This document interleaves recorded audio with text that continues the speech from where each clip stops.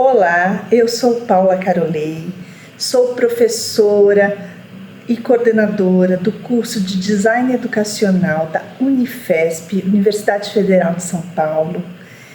Eu tenho uma longa trajetória na questão da tecnologia educacional. Eu me formei em Ciências Biológicas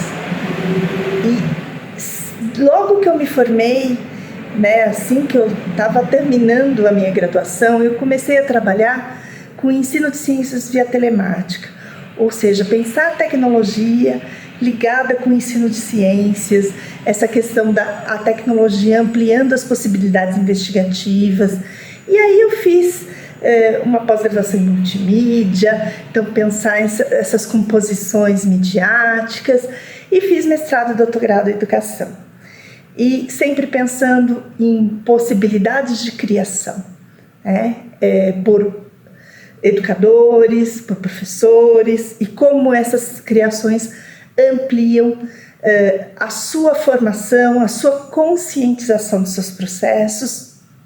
E nos últimos anos eu tenho trabalhado muito com a questão dos games e da gamificação.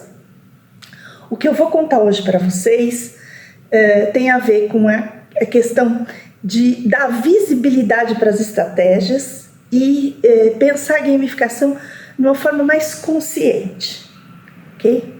Então, tem 3 conceitos que permeiam a minha fala hoje. A primeira é a questão estratégica.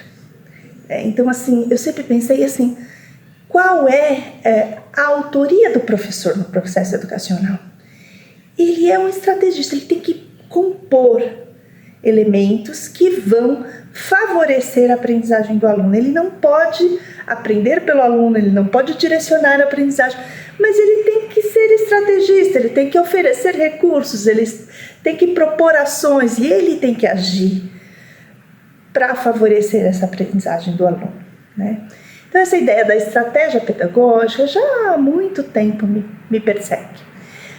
A questão do design, o design, principalmente nos últimos tempos, desde que eu começo a trabalhar com design educacional, mas mais quando eu comecei a produção, a idealização da graduação em design educacional, eu percebi a diferença entre planejar e projetar. O projetar é da visibilidade, da concretude. Então, assim, como é que a gente ajuda o professor a ir além do planejar, mas ele concretizar? Ele sair da lógica do idealizado, mas ele produzir algo, Então, esse tem outro ponto. E a questão da gamificação, que eu vou contar um pouquinho mais. Então, assim, como é que essas histórias se encontram, Então, essa questão do pensar estrategicamente a gamificação, eu dava oficina de jogos há mais de 10 anos para professores da prefeitura, e eu percebia que eles falavam assim, ai Paula, me vê um jogo para eu ensinar tal coisa. Eu falava, mas o jogo sozinho não vai ensinar nada. Quer dizer, é um recurso, é como um filme, um livro, você aprende coisas, mas não é um aprendizado intencional, estratégico, E aí eu pensei, falei assim, além do jogo, você tem que propor atividades para esse aluno, a partir daquele jogo, você tem que fazer intervenções no processo. E aí foi toda uma ação de mostrar para o professor a importância da estratégia, da visibilidade dessa estratégia, porque ele simplesmente achava que um recurso resolveria. E não, além do recurso, eu tenho que ter ações estratégicas. Então esse foi o ponto importante. E aí eu comecei a trabalhar com ambientes imersivos, fiz pesquisa no Senac, quando eu trabalhava no curso de docência de tecnologias na aprendizagem. Outra coisa que foi muito importante, quando eu trabalhei no curso de preceptoria da UnaSUS, essa ideia dos professores perceberem, que eram professores, preceptores, que eles não eram da área pedagógica, mas eles tinham que perceber que movimento que eles faziam em relação aos alunos. E falar de teorias pedagógicas com eles era muito distante da realidade. Então eu desenvolvi uma lógica de falar em movimentos educacionais. Então, que movimento você faz? O movimento ele é mais comportamental, você direciona mais? O movimento é mais cognitivista? Claro que por trás de tudo isso tem as grandes teorias e abordagens pedagógicas, mas o que eu queria que aquele preceptor percebesse é a relação aluno-conhecimento e a presença dele, né? Como é que isso se combinava para produzir melhores práticas, né? Então, assim, quando eu entrei na Unifesp, eu comecei a falar, né? Eu tinha um grupo de alunos e a gente começou a fazer uma pesquisa que a gente chamava de DEEP, Design de Estratégias Pedagógicas, né? E aí ficou esse nome e a gente começou a estudar os jogos, as incoerências entre os jogos, né? E aí a gente começou a pesquisar vários jogos, né? Que isso culminou num curso que eu vou contar um pouquinho mais, para mais de 300 professores sobre esse tema, Design de Estratégias Pedagógicas. Mas o que é interessante, dessas pesquisas com esses meus orientandos de iniciação científica, tudo, a gente fez um espectro dos jogos à gamificação, né? Então, quando o jogo é objeto de aprendizagem, né? Então ele está encapsulado um conceito para ser apresentado, ser experimentado. Quando o jogo é uma atividade, né, que o aluno faz alguma coisa. Quando o jogo é uma atividade construtiva, né, tipo Minecraft, que ele constrói coisas. E a gamificação é quando os elementos de jogo estão incorporados na própria estratégia do professor, né? Então, o jogo não é só um recurso. O jogo não é só uma atividade. Eu tenho elementos de jogos que vai compor a estratégia. E é nesse ponto que a gente vai pensar. E aí, eu vou contar idas e vindas aqui para vocês, né? E nesse projeto, a gente também, né, essa ideia do DEEP, né? Primeiro, a ideia de design para a gente não é simplesmente um projeto. O design tem projeto pelo projeto. O design tem uma dimensão social, de transformação social. Eu quero mudar alguma coisa quando eu faço uma proposta, eu desenho, né, eu projeto alguma coisa. Outra coisa importante é que o design ele parte de uma complexidade. Ele tem que aprender o real, e esse real é extremamente controverso, ele tem várias tensões. O real não é linear, o real não é didatizado. Eu tenho contradições, controvérsias, né? E aí eu tenho que dar visibilidade para isso, para saber me posicionar e às vezes ser flexível em diversas situações, né? Então isso é bem importante. E a questão desse dar visibilidade é muito importante para a gente saber lidar com a complexidade, né? Então essa ideia do pensamento de design é muito importante, porque o design ele projeta soluções e soluções para uma transformação. Então ele dá visibilidade para o complexo e ele tenta atuar nesse complexo. É claro que por ser complexo, eu não tenho uma solução única, mágica, eu vou ter que fazer, aí deu errado muitas coisas, eu vou refazer, deu errado muitas coisas, eu vou ter que refazer, e assim sucessivamente, né? Então eu vou ter esses movimentos aí.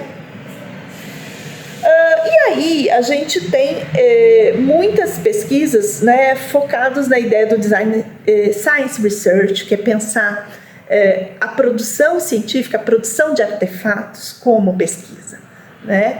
E o design especulativo, que é você misturar a arte, a ficção e criar mundos imaginários para testar coisas muito loucas, né? Então a gente tem feito muito isso com os jogos, né? Os jogos nos permitem experimentar mundos imaginários e situações artísticas e provocativas e mundos irreais, né? Então aí a gente tem trabalhar com proposta de intervenção, questão das controvérsias, explicitar quais são os agentes e o que eles fazem numa situação, essa ideia de criar artefatos, e o jogo é um tipo de artefato, e derivados de jogos são outros tipos de artefatos, lidar com essa questão de idealizar, pôr no papel, prototipar, testar de novo, né?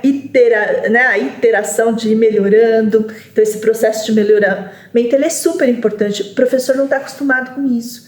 O professor está acostumado a planejar e realizar. E se ele não dá certo, ele se frustra e desiste. Ele não entende que aquele movimento também foi de aprendizado. E aquilo teve aprendizado para todo mundo. E aí é uma vivência. E essa vivência foi daquele jeito e pode ser aprimorada, né? E a vida real é assim. A gente tem que lidar com as dificuldades, com as frustrações. Lidar com isso é tão bom para os alunos, né? Lidar com que às vezes não dá errado, não dá certo, né? Dá errado e a gente precisa, né? Isso é tão importante a gente trabalhar. Então, pensar na questão da escuta, da empatia, da recriação. A grande diferença de um design de produto para um design educacional é que o design de produto, o pessoal tem falado muito do user experience, né? De ouvir o usuário e tal. Eu não estou fazendo um produto para o usuário. Isso é uma parte. Eu tenho que escutar, ter empatia por aluno é fundamental. Mas a intencionalidade pedagógica, ela é um ato de currículo, ela é uma transformação do currículo. Então, ela é fundamental para poder trazer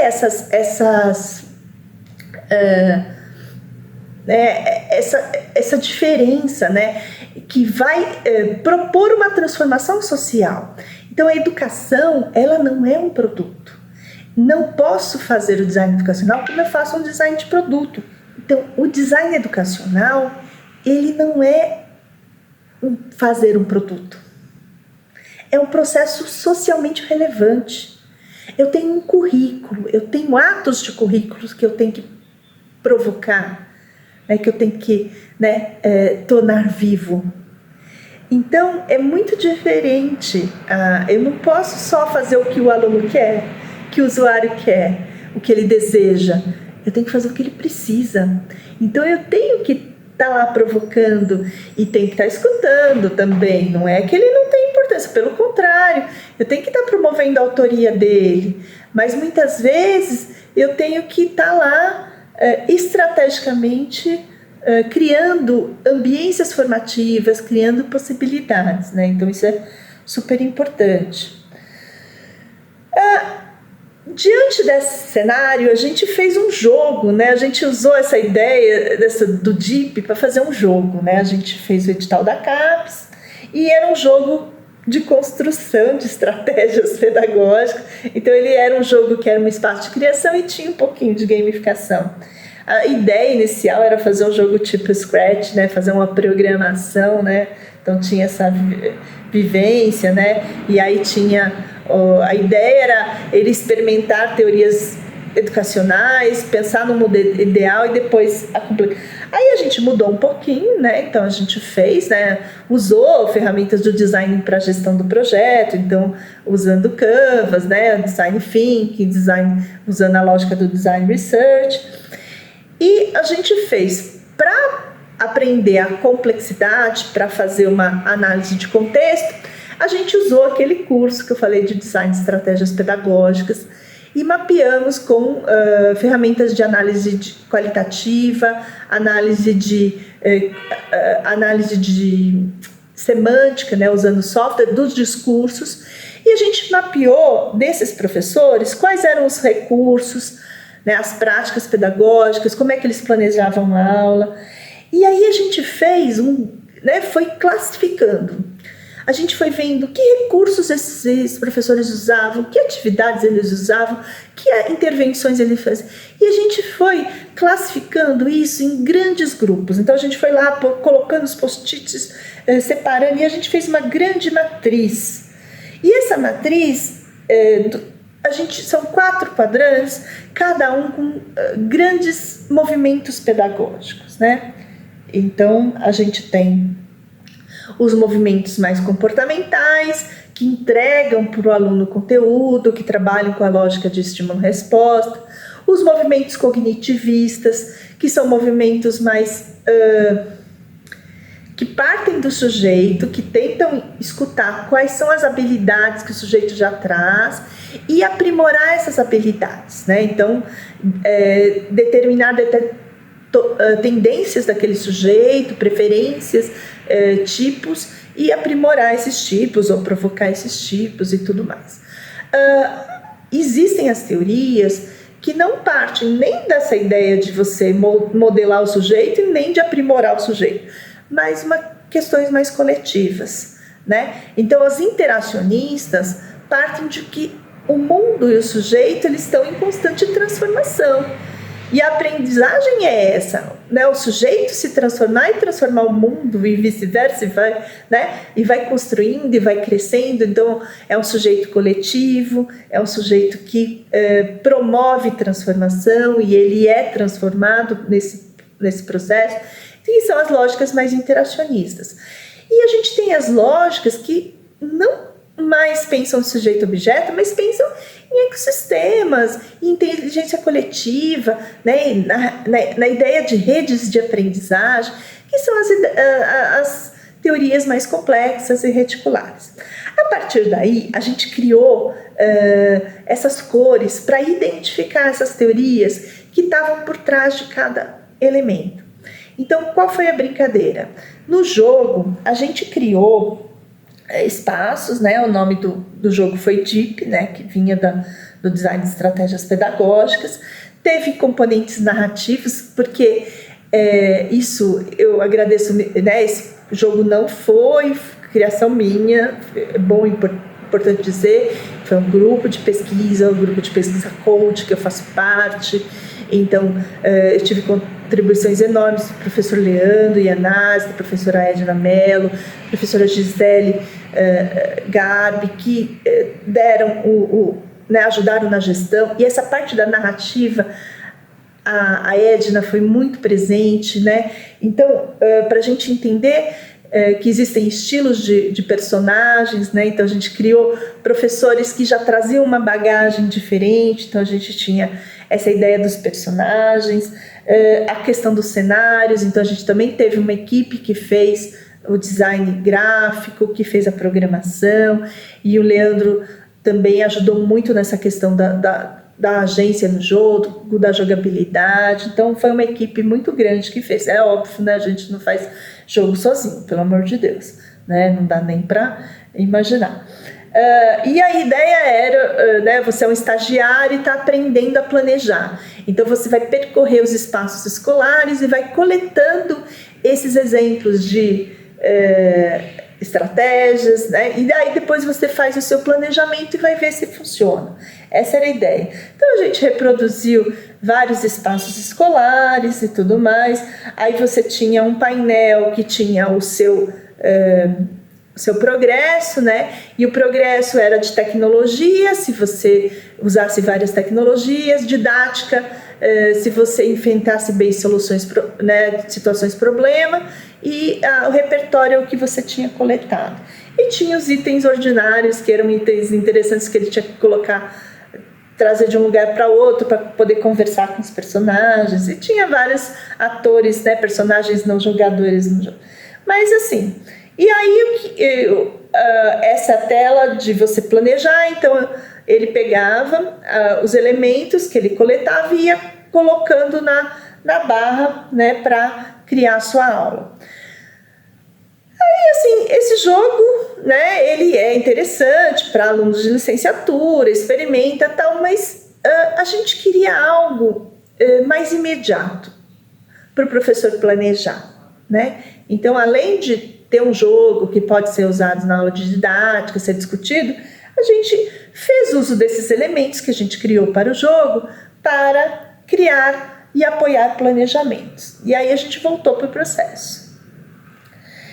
E aí eu estou trabalhando agora com formação de professores nesses tempos de pandemia. E a gente está usando muito disso, né? De como ajudar o professor a pensar a sua aula, transpor sua aula do presencial para o ensino remoto, né, para uma lógica à distância, né, essa questão do que pode ser transformado, o que pode ser potencializado. E aí pensar nisso como um dispositivo formativo, né? Então, o que a gente fez? Primeiro, o professor tinha que escolher uma ação educacional, dizer se era uma aula, se era uma sequência didática, se era um projeto, e usar os ícones do jogo para desenhar, né? Então, a gente tem vários ícones, né? Então, pensar que a estratégia, né? Então, a gente falava aos professores que a estratégia, ela tem que ser coerente à competência, e depois essa competência tem que ser verificada pela avaliação, pelas evidências desse aprendizado. Mas a estratégia, ela está no meio do caminho, que é escolher os recursos, as atividades e que tipo de intervenção o professor faz.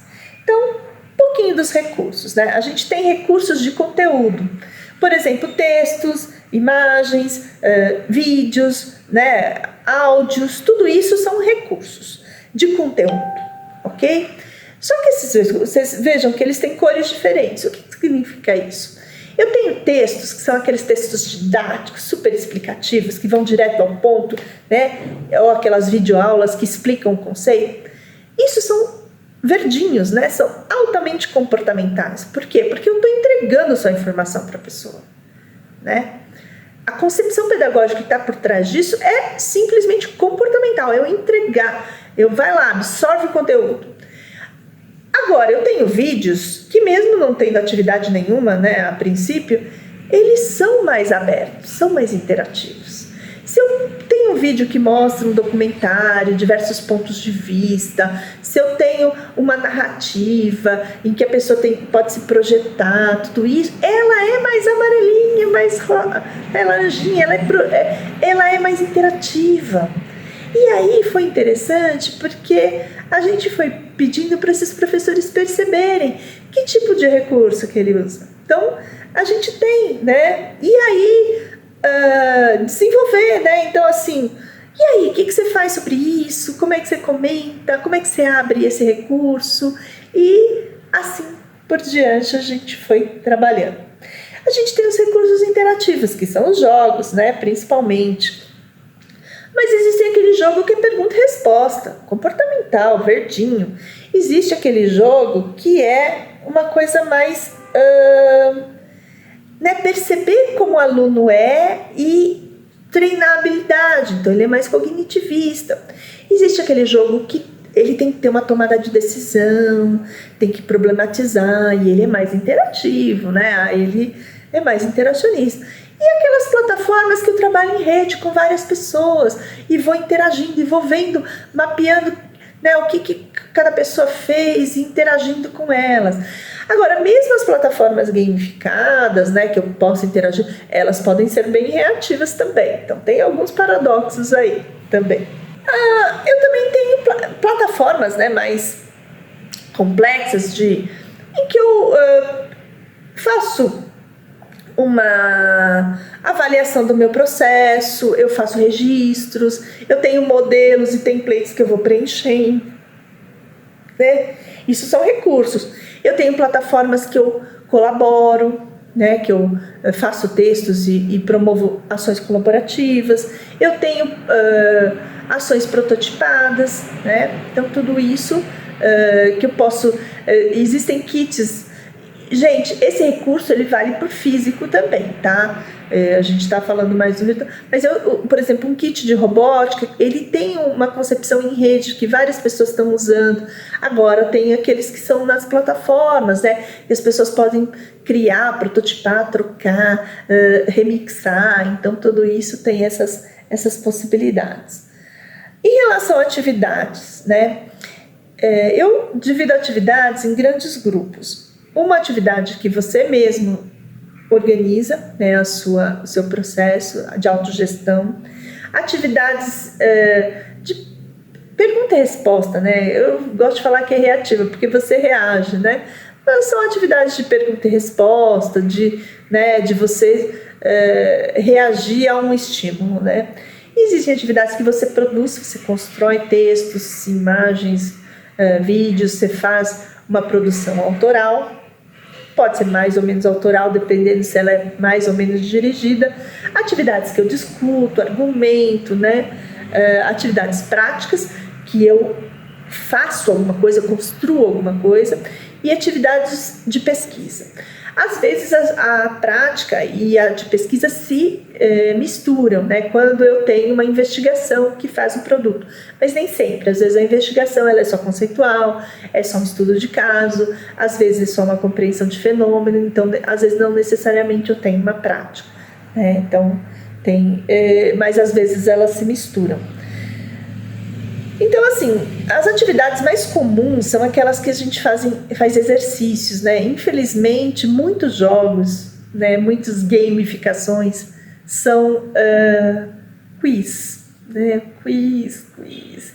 E pergunta e resposta, né? E dá aquele score, né? E faz aquela competição. Isso eu vou te falar que chega a ser 70%, com uma previsão otimista, se não for mais, né? Então as pessoas muitas vezes reduzem a gamificação a atividades de pergunta e resposta, atividades reativas, né?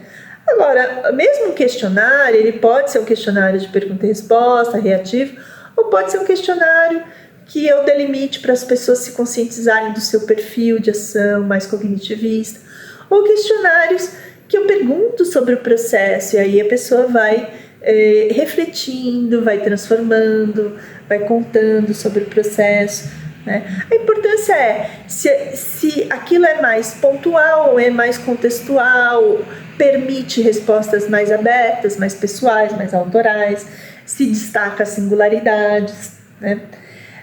Atividades de produção, como eu disse, você pode fazer produções de texto, de vídeo. O que vai diferir é se ele é mais direcionado ou se ele tem grau de autoria e criação, se tem produções coletivas, tudo isso também vai avançando, né? A gente tem atividades de programação. A programação ela pode ser uma repetição de rotinas, mas a programação é você perceber elementos e comandos e fluxos e ir combinando, né? E ela pode ser simplesmente repetição de modelo, ou você pode criar novos processos, criar novas propostas, programar outras ações a partir daqueles elementos. Então eu tenho desde programação de repetição de rotina, que é mais comportamental, até programação criativa, né? Por exemplo, aqueles usos do Scratch, super criativo, né? Eu posso ser uma programação, o brainstorm é uma própria, né? Você pensar na programação de um processo, né? Você destacar os elementos, né? E destacar quais são que vem de cada um e eu tenho programações que são coletivas, né? Grandes eventos tipo Hackathon, que é um evento coletivo.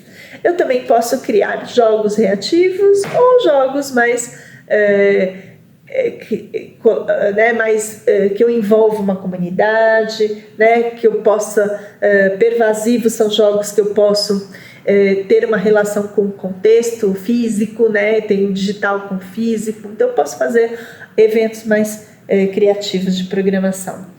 Eu tenho atividades de produção, de apresentação, né? Atividades que eu posso apresentar modelos, apresentar discussões, ou aqueles pitchings que eu faço uma proposta a partir de desafios coletivos, né? Então também são possibilidades. As atividades de pesquisa que são, eu posso desde uma pesquisa muito roteiro fechado ou uma pesquisa mais num simulador, a pesquisas mais abertas que envolvem a comunidade, ou pesquisa na rede social que envolve vários grupos, né? A mesma coisa vale para atividades práticas. Eu tenho práticas que eu simplesmente sigo modelos ou eu construo a partir de modelos. Agora eu tenho práticas que eu faço mão na massa, eu faço atividades criativas, eu faço dinâmicas de grupo, também são práticas, né, vivências, eu posso fazer práticas que eu pegue recursos da rede, né, eu uso a ideia de crowdsourcing, né, então tem várias possibilidades. E outro tipo de atividade que é super importante é fazer o aluno perceber os processos, mapear, ensinar a mapear. O mapeamento pode ser desde uma síntese, uma organização de ideias, né, mais comportamental, até um mapa conceitual, que é mais cognitivista, que eu só estou organizando as ideias que eu tenho, até coisas mais coletivas, né? É fazer curadoria, né? Curadoria é pegar o que o coletivo tem e organizar e destacar.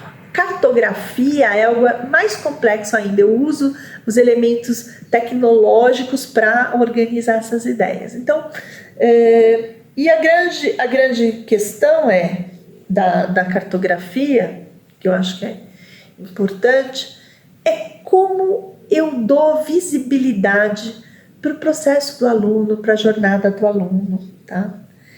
E aí a gente tem o que o professor faz? A ação do professor. Muitas vezes a ação do professor é só entregar conteúdos, é só explicar. Às vezes é uma explicação um pouquinho mais aberta, né? Que é, por isso que tem o verdinho, né? Que é só explicar, contar, demonstrar. Agora tem casos que ele conta exemplos, que ele inspira, que ele mostra pontos de vista. Aí é um pouquinho mais interativo, né? Faz aquela conversa dialogada, né? Aquela exposição dialogada, né? Tudo bem, é um pouco mais interativo. A mesma coisa é o feedback, né? O feedback, ele pode ser assim, certo ou errado. Agora ele pode ser feedback, mas por que você fez isso? Tenta de novo, né? Me responde melhor, faz de novo. Isso vale para os jogos também. O feedback já corta o fluxo ou é algo que vai te levando para outros caminhos e você vai tentando de novo, fazendo outras hipóteses, né? Então, o professor também ele convida para o diálogo. O professor ele explicita desafios, sejam comunitários, sejam da rede, ele pode mapear a rede e trazer. O professor no final ele pode fazer uma síntese, o aluno pode fazer uma síntese, mas o professor também pode. Geralmente ele sistematiza no final. Mas essa sistematização ela pode ser uma coisa fechada ou uma coisa que traz mais perguntas, que abre para possibilidades de outras formas de fazer.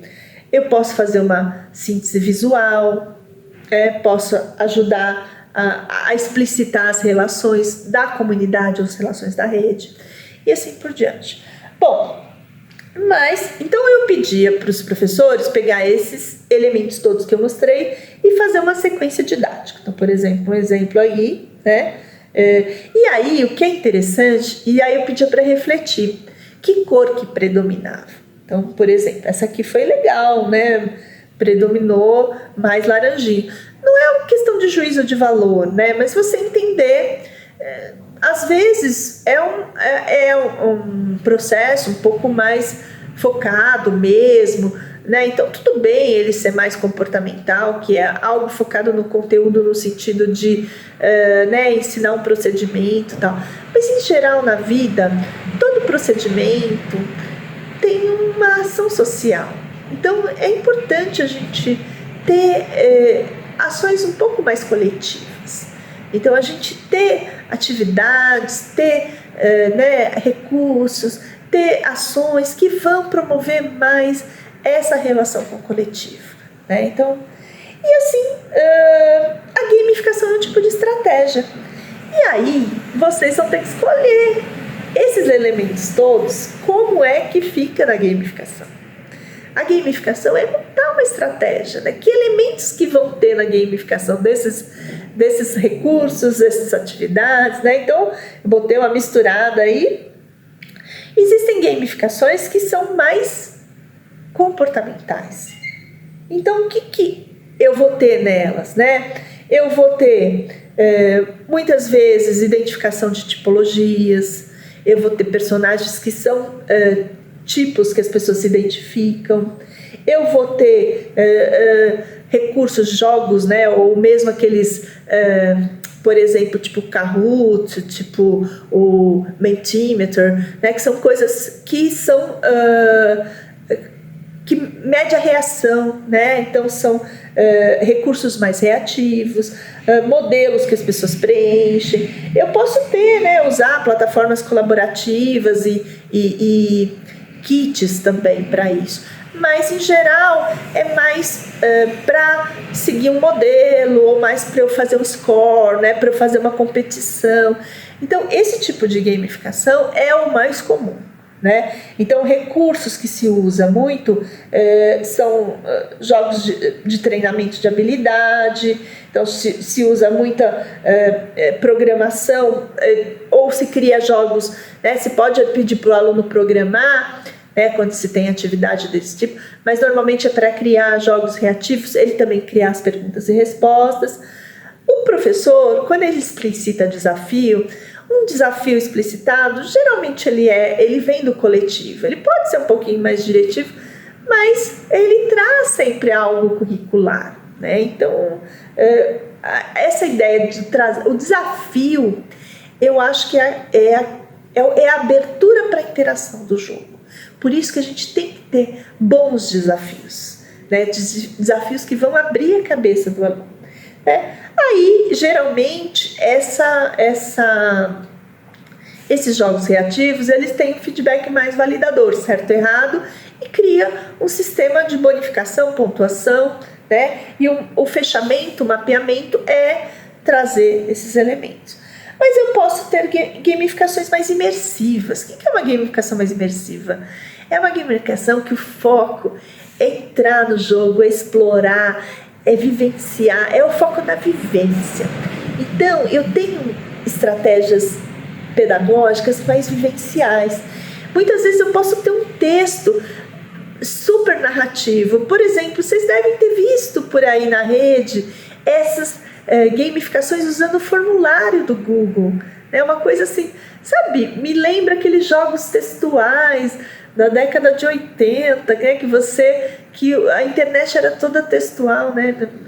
Melhor não contar esses né, antigos, gente. Mas assim, era tudo texto, você só imaginava.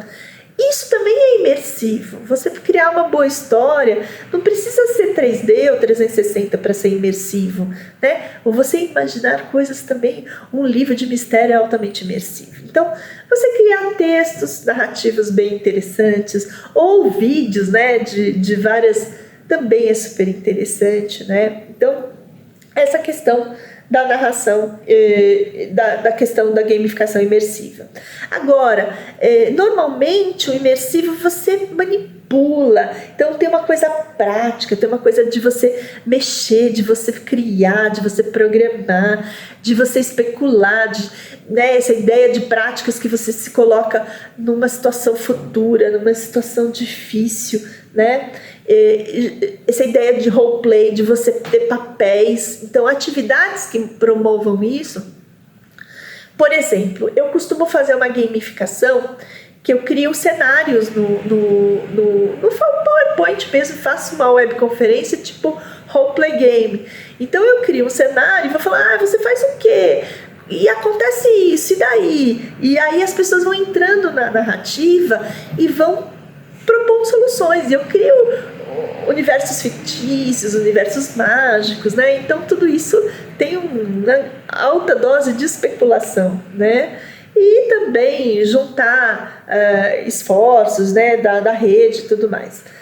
Então, assim, os desafios do imersivo também são sempre coletivos, ou às vezes tem plataformas em rede, tem muito de contar histórias, contar exemplos, né? Então o professor, ele pode, a partir desses exemplos, gerar uma imersão, né?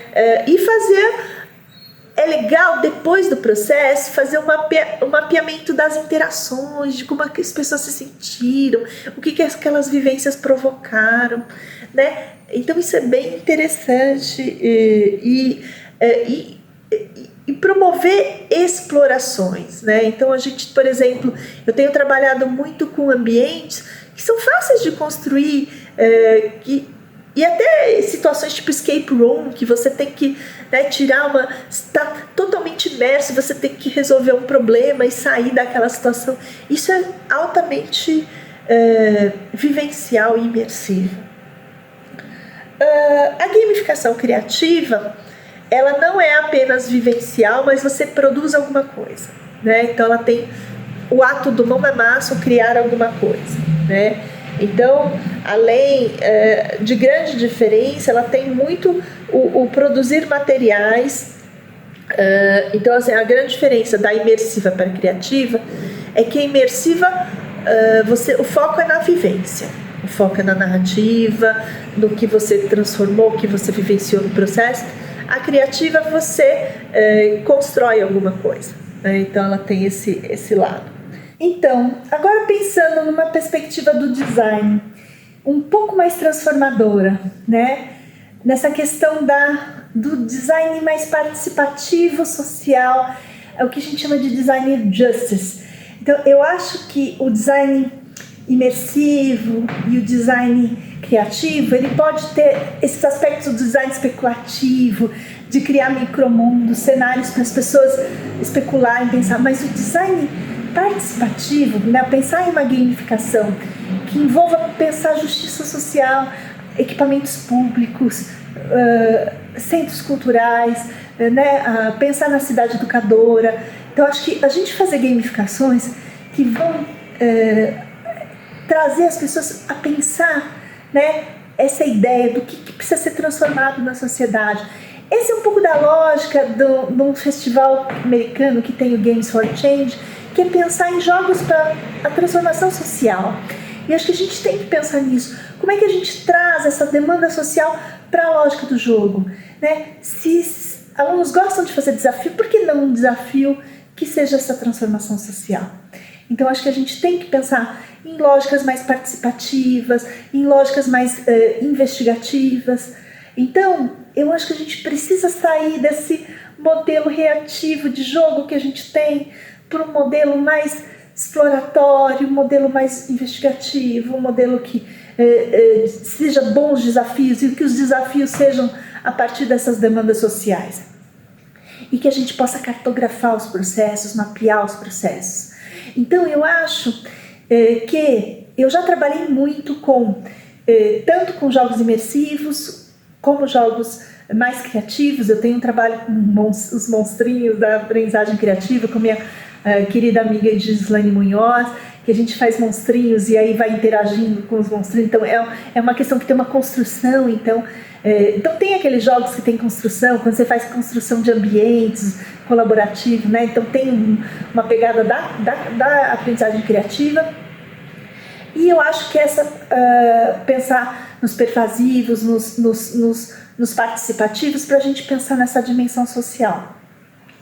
Eu já fiz escape room que tinha uma pegada imersiva, mas também era para chamar atenção em relação ao patrimônio histórico, em relação a questões sociais importantes. Então a gente tem essa mistura.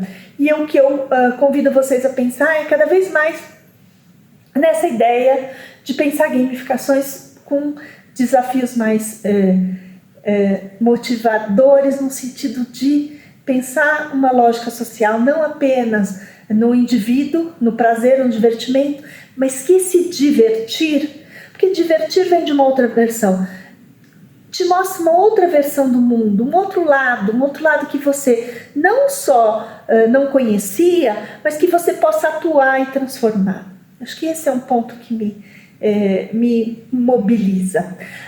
As minhas novas perspectivas em relação à gamificação, assim como eu estou usando esses ícones do design de estratégias pedagógicas para descrever a gamificação, eu quero desenvolver ícones específicos para ajudar a mapear a gamificação, para dar visibilidade, principalmente para os tipos de cenários, porque a gente faz micromundos, a gente faz, né, na educação a gente cria ambiências formativas, né, na aprendizagem criativa a gente cria micromundos, né, então essa questão de criar cenários é importante. Então, ajudar ícones de tipos de cenário, tipos de desafio que sejam associados aos tipos de agência dos alunos. Então, pensar muitas vezes o que tipo de ação que eu quero que os alunos desenvolvam e que tipo de desafio que pode mobilizar, então fazer esses cruzamentos. A questão dos tipos de feedback. O feedback, o nome às vezes não é muito adequado, né? Não é, porque é meio cognitivista esse nome, né? Feedback. Mas é uma questão assim, o que feedback serve? Você percebeu o que você fez.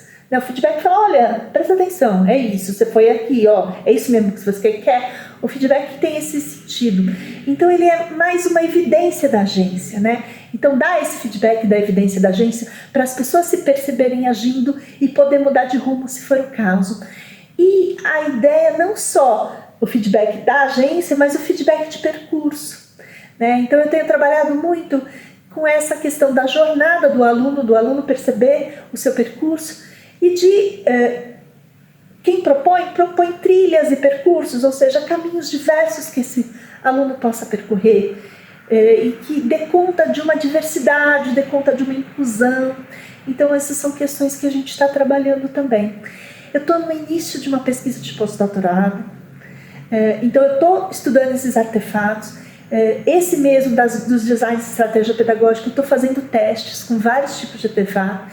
Quem quiser usar, quem quiser testar, entre em contato comigo, né? A gente pode fazer parceria. Esse material é para ser usado, é para ser melhorado, é uma perspectiva de aprimoramento do design. Eu quero mais é que ele seja usado, ajuda a pensar e a melhorar a educação. Então, quem quiser usar o jogo, usar os artefatos, combinar comigo, ter ideias junto comigo, eu estou à disposição. Entre em contato. Foi um prazer estar aqui. Obrigada.